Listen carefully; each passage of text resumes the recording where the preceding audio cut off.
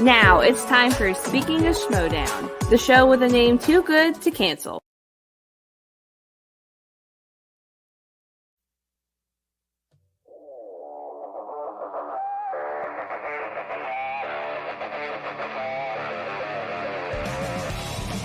Hey everybody, Jay Wade here. Welcome back to Speaking of Schmoedown, a sports talk show. Well, it's not a sports talk show anymore because we focus more now on the entertainment aspect of Schmoedown. But it is still a show about the Movie Trivia Schmoedown.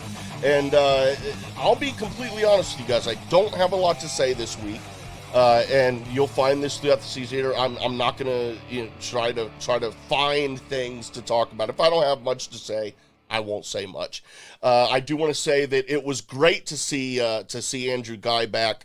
Very sad to hear that he is not going to be staying with Team Action. The reunion was short-lived, but it was amazing to see. So much fun. I want a meme or not a meme, but a GIF. Is it a GIF or a GIF? A GIF, I believe it is. Shows my age there. I would like a GIF of Andrew Guy humping the desk. That was amazing. I really enjoyed that. But it'll be fun. It'll be fun to see what happens the rest of this season. See who Ben Bateman ends up being a team with. I'm sure. I know some people I've spoken with have been leaning toward Saul. I'm still leaning toward Harper. I think Harper would be very interesting to have as a teammate with Ben Bateman in singles. That and Harper's mind, aside from his vast Star Wars knowledge, and we don't really know what his knowledge is outside of Star Wars, but just given that we know how amazing and technical his mind is and how he thinks and how committed he is in his ethic here, his work ethic, I think it would be amazingly interesting to see he and Bateman together as a team. The first match, I'm not going to talk a lot about it. I'll be honest, it was rough. It was a rough match to watch. If this were last season where the Schmoedown were focused more on sports than the entertainment side, I would have a lot to say about this match. A lot to say. But that's not the way it is. So I will commentate on what I'm given. And all I can say in that case is that it was a rough match to watch. Other than that, the second match, it was a good match. Obviously, Radis did well. Radis very well could have won that match. But, I don't know why, but this, I don't know. I don't know how to explain what I'm thinking right now.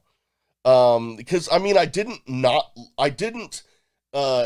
like the episode. I didn't dislike this week's episode. It just, the first match was rough, and the second match was just lackluster, maybe is the word. I'm very excited to see what Bateman does this season. I really am. I don't know, I've had a feeling maybe it's just me that he's been just a little distracted or off his game just a tad bit. Which if I'm right, doesn't affect it much because he's still kicking ass and taking names. But I don't know. Maybe that's the case. Maybe it's not. Loved the post-match interviews. Jen rocking it. Jen rocking it as usual. And Bateman is just amazing. I would prefer him to be on the desk, though, to be honest. As much as I love him on Team Action and his character work and the over-the-top work that he does there, he is extremely knowledgeable and extremely professional on that desk. And that's not to say that I don't think anyone else is not professional on the desk, but Guy is especially professional on that desk. And I like it. I like it a lot. And that contrasts very well with Ellis's silliness and his blue commentary. It just works well for me. So that's all I got to say about that one. So we're going to go right now into ASG's technical difficulties. This segment is about the rules. So since it's a rule segment, I'm not going to get into what's a 3-pointer, what's a 5-pointer. We'll save that for another discussion on some other segment. Okay. So since I didn't see anything specifically for this week's episode, I want to talk about the wild card slice, which is a a new thing that they've done with the rules this year. There's 3 wild card slices now on the wheel, and each one is either spinner's choice, opponent's choice, or a wild card category, which can be anything, just it isn't a normal slice that is on the wheel. So we're like, how is this going to work? What's going to happen? First match, period, of the season, the Wildberries managed to pull this off, and I'm going to explain how they did what I believe was strategically one thing correct and one thing incorrect in this clip.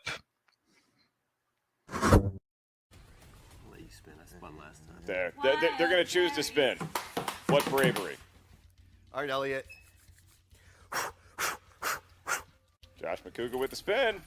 Spin is in. It's David Lynch movies. Josh, do you want to keep don't do it. David Lynch movies? Wild card, Ellis. It is a wild card slice. Get a wild card. Is that good? Is it good? It could be good. It could be great, as a matter of fact. It could be opponent spinners or a mystery category. Is it? The reveal is Die Hard in a blank? Die Hard in a blank. This category is about those Die Hard knockoff movies. So it could be any sort of Die Hard-like premise where someone is trapped against their will somewhere, and it could be any one of those many films that has been based on that simple premise. So there, they say they're going to spin first. They spin the wild card, not knowing, nobody knows anything what this wild card category can be if they get it. And as we said, we don't know if that would be what they got, because they had a 1 in 3 chance of that wild card that they got, a 1 in 3 chance of spinners, and a 1 in 3 chance of opponents. So, Jay, do you have any idea what you think they did right and wrong there?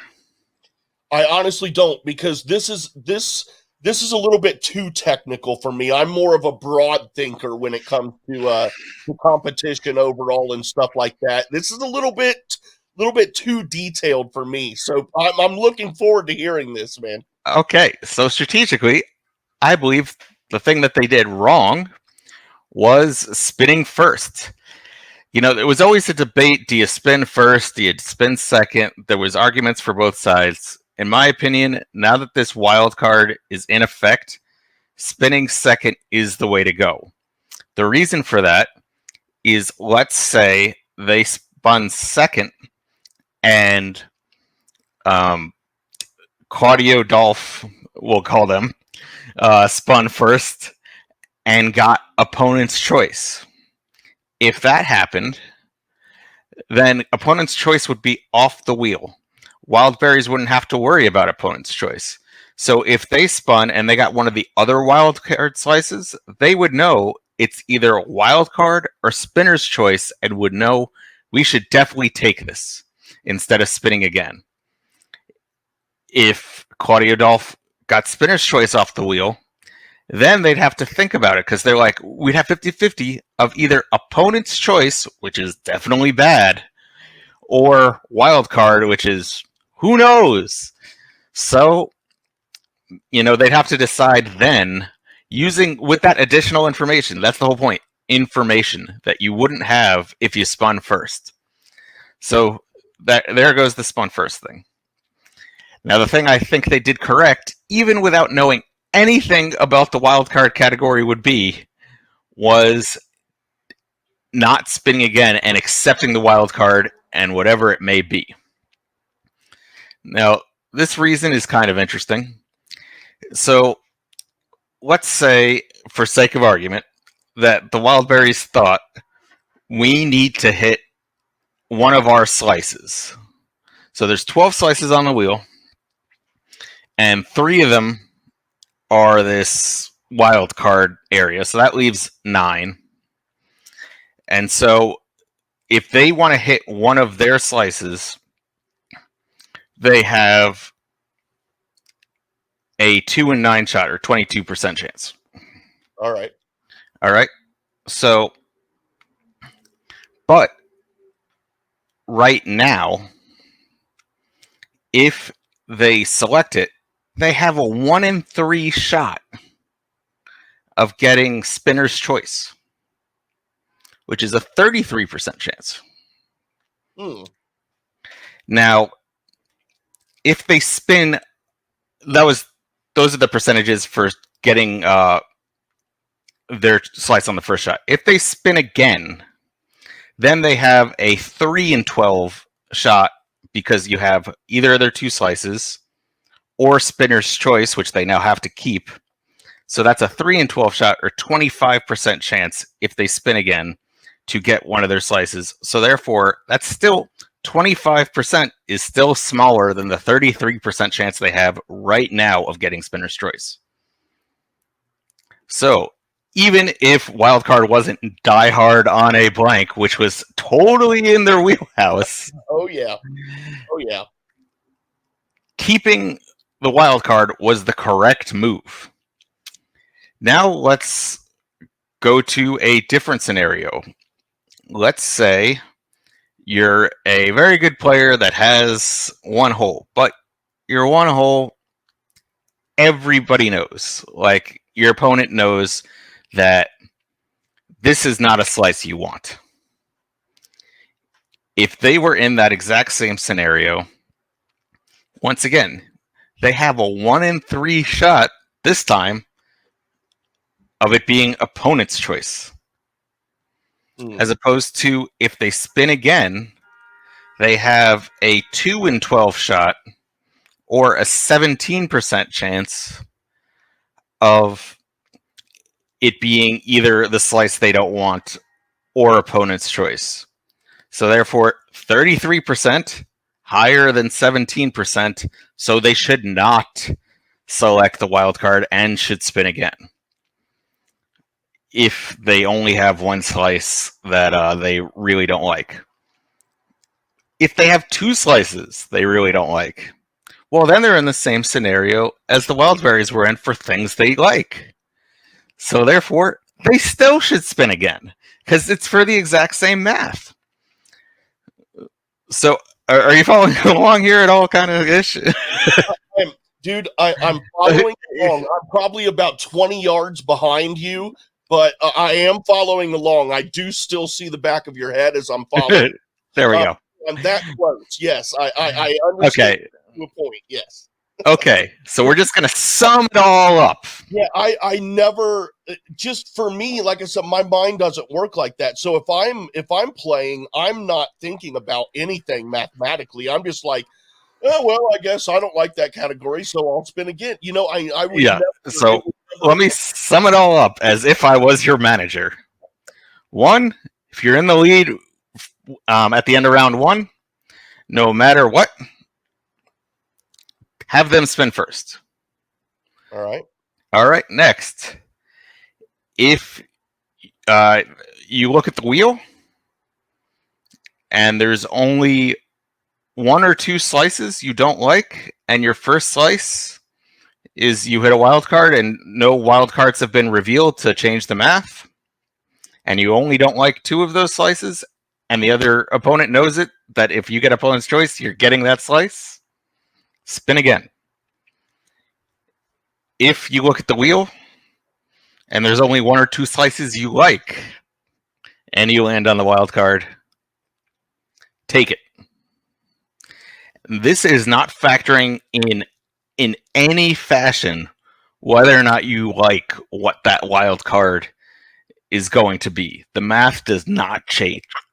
Right. The only way the math changes is if you know you're going to like that wild card, well, then your odds go from 33% spinner's choice to 66% spinners or wild cards. So even more of a reason to take that risk and be the wildberries. So bottom line, wildberries, you made the right choice.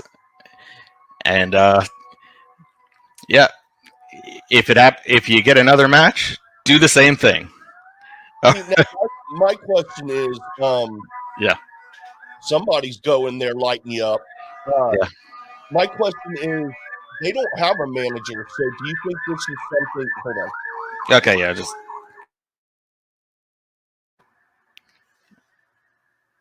Okay, yeah. That's cool. I'll just make a quick little Yeah. cut there.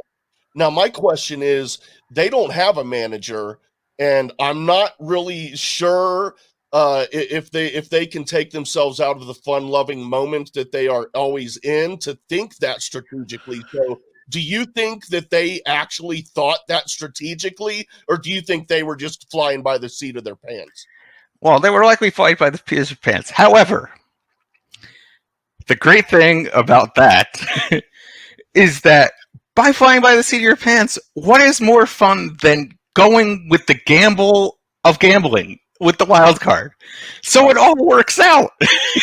you know, everybody wants to see if we're not going to show that clip, but the next time the wild card was hit, people chose to spin again, and everybody was like, "Oh shucks, we want to see what the wild card was." So this perfectly fits in what the wild berries go for. They want to see what that wild card is. Right. Everybody wants that slice to be revealed. So yeah, it was kind of just lucky that the math worked for what also is good television, which is what the wild berries go for. Yeah. But it does. So, hey, good for them. Or perhaps it was fate, my man. I mean, you got wild berries, they got the wild card, and the wild card was Die Hard. So you got some rhyming there, and it just flows well. So maybe it was fate, dude. It was destiny. I mean, it was destiny that wild card was Die Hard on a blank. They said it could have been anything. It's not like they had a whole bunch of wild card options. They could have got, even the next time we saw the wild card slice was disaster movies, and that might also be something that the wild berries could have done good on. That feels like also in something that could have been in the wheelhouse. So Yep. Yeah. Man, thanks for explaining that to me, because like I said, my mind doesn't go there when those kind of decisions come up. I'm just like, I guess I'll spin first, or I'm just whatever. I would never factor in math like that, but it makes perfect sense that someone could.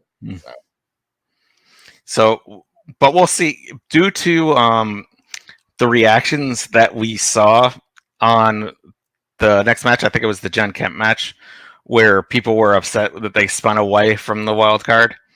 It's my opinion, and we'll find out if it's true, that if we see any tweaks next season, I think there will be a tweak that you have to keep the wild card similar to previous years where you had to keep spinners and opponents. I think that the following years it might be that if you land on a wild card, you still won't know what it was. There'll still be that big surprise reveal, but you'll have to keep it. And that will then, if that becomes the case, then we could go back to the old, there's different reasons why you might want to spin first or second. Yeah. Yeah. I agree. I think it would make it more interesting anyway to force the person to take the wild card if that's what they spin. So yeah, I'm down. All right. So I will see you next week. We'll see if it's rule changes, not rule changes, rules that are done in the match, or if we're going to have another segment like this. We just play it by ear here on technical difficulties. And I always love those segments there, ASG. Thank you very much, sir. He thinks in a way that I don't. I think, like I said there, I think more in a broad, the big picture, but he's looking at brush strokes, and I really like that. I really enjoy it very much. Another segment I enjoy very much, whether it was on this show or not, is top threes with Euroschmo. So without further ado, everyone, let's kick it over to Euroschmo for top threes. Hello, it's Liam and Ben with Euroschmo, and we are here for our newest Euroschmo's top threes. Now, this week in the Schmoedown was pretty much dominated by one name, and that was Ben the Boss Bateman. So we thought, why not discuss our favourite matches that Ben has taken part in thus far in his Schmoedown career. We're going to be talking singles matches and teams matches, and we have compiled quite a difficult list because there's a lot to choose from down to our top three. You can please let us know if you agree or disagree, but Ben's going to kick us off with our number 3 pick. So Ben, what's at number 3?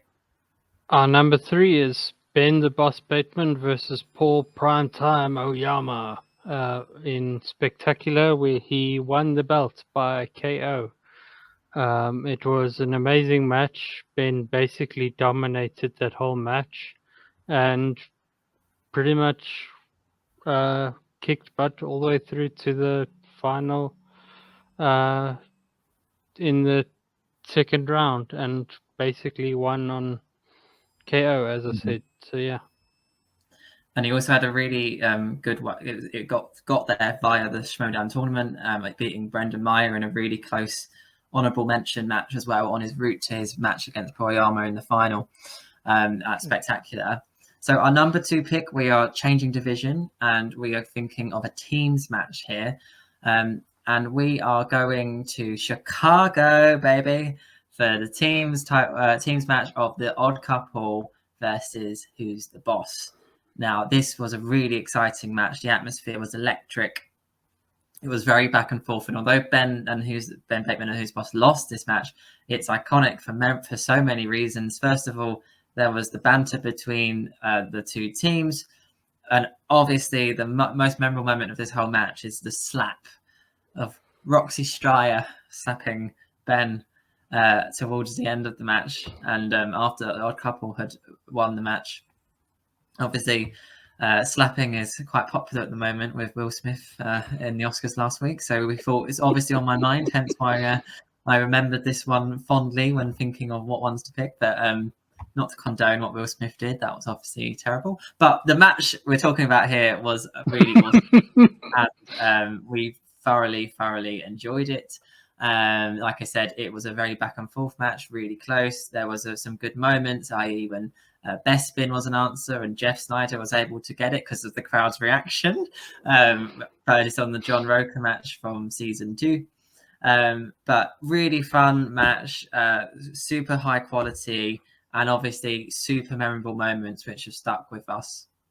And we can still remember them to this day. So that's our number 2 pick. And finally, our number 1 pick, Ben, is... Let's know, Ben.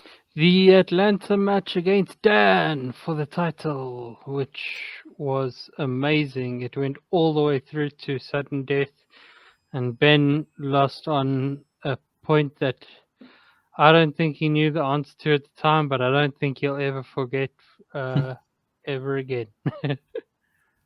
Yeah, it was a super exciting match. We felt Ben had won when he was 5 points up. This is the first time ever that someone did bet 0 points in the betting round, which Dan Morrow did when Tyler Perry was spun, which ended up he won the match because of that decision-making skills, really, because he didn't know it. And then obviously he was 5 points behind going into the final round, and he hit his 5 and Ben missed it, and then it went to overtime, and we know what happened. So we've been maybe a tad harsh on Ben, seeing as 2 of our picks in this were ones that he lost, but we didn't have to say he had to win the match to be one of our top 3s. And, those were the matches we remember most fondly. Just very quickly, another honourable mention that we spoke about was another teams match back in the Team Action days. Team Action versus Team Top 10. Obviously, that was super memorable with the Roker tackle at the end of the match. But we had to go with the 3 we spoke about. So at number 3, Ben, we had the Paul Oyama Ben Bateman match. At number 2 was the Chicago live event of the Odd Couple versus Who's the Boss. And at number 1, we had Ben Bateman versus Dan Morrow in Atlanta for the title. So that's it for our top 3s this week. We hope you enjoyed, and please let us know if you agree or disagree. Enjoy the rest of the show today, and you can catch Euroschmo at 8:30 p.m. now, UK standard time. UK time. We don't have a standard time. I don't know what I'm talking about. UK time, and 12:30 p.m. Eastern time, I think. No, Pacific daylight. I will never get this right, but that's why Ben's here. So, thanks so much. Enjoy the rest of the show, and we shall see you next week for another top 3. Bye bye. Top threes, everybody, with Euroschmo. Be sure and go over, subscribe to their channel if you've not already done so. Check out their show. It's on every Sunday at 3 p.m. Pacific or Eastern. Wait, hold on. Yeah, it always must, because they're UK folks, UK and Europe folks, so the time thing always gets me. But in American time, it is 3 p.m. Eastern Standard Time, 12 p.m. Pacific Time on Sundays. Euroschmo, go check them out. Thank you guys very much at Euroschmo. Always appreciate your contributions to this show, and I enjoy your segments very much, and I like you guys. Thank you very much. Okay, closing commentary for me. I ain't really got none. I'm just looking forward to seeing what's going on here in the future. I am a little concerned about some of the storyline stuff and the limitations, but that's all I'm going to say for now. I'm going to wait a little bit longer before I say anything because we're still very fresh into the season, so I want to see how some things unfold and play out. Free for All should be coming up here soon. That will be a blast. And yeah, man, that's all I got, guys. So thank you very much for joining me and ASG, as well as Euroschmo for this week's episode of Speaking of Schmoedown. Until next week, everyone, have a great and safe night.